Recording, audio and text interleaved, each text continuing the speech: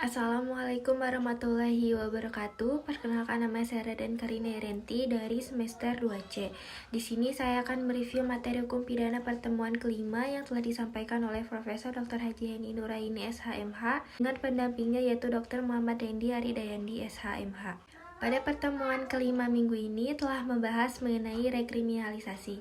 Rekriminalisasi yaitu suatu perbuatan yang tadinya dapat dipidana karena perkembangan masyarakat menjadi tindak pidana. Kemudian karena perkembangan masyarakat pula, maka perbuatan tersebut menjadi dapat dipidana kembali. Lalu kemudian ada depenalisasi.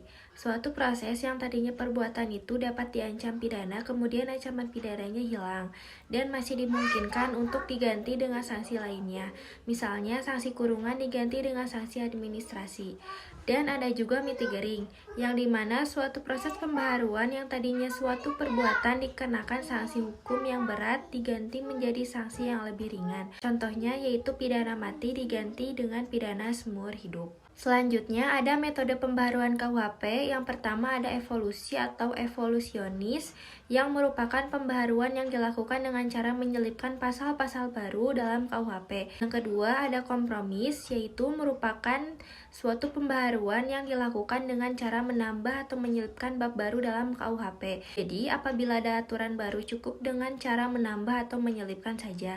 Dan yang ketiga ada global, merupakan pembaharuan hukum pidana yang dilakukan secara keseluruhan, baik hukum pidana material maupun hukum pidana formal. Kemudian selanjutnya ada periodisasi pembaruan KUHP.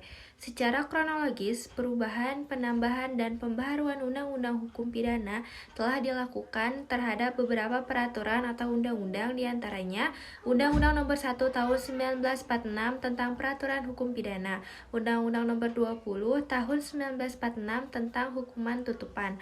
Kemudian masuk ke dalam bab hubungan sebab akibat, kausalitas atau causalitate. Ada tujuan dari ajaran sebab akibat, yaitu untuk menentukan hubungan antara sebab akibat, yang berarti menentukan ada atau tidak adanya tindak pidana.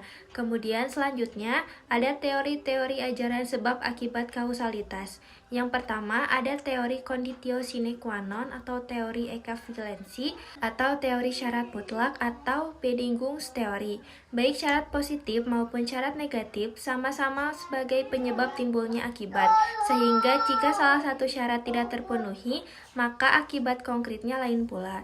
Yang kedua yaitu teori individualisasi, mengadakan pembatasan antara syarat dengan sebab secara pandangan khusus, atau mengindividualisasi, yaitu secara konkret mengenai perkara tertentu saja, dengan mengambil pendapat sesudah kejadian. Dalam menentukan akibat dari sebab dilihat dari rangkaian syarat itu dilihat sendiri-sendiri. Dan yang ketiga ada teori generalisasi.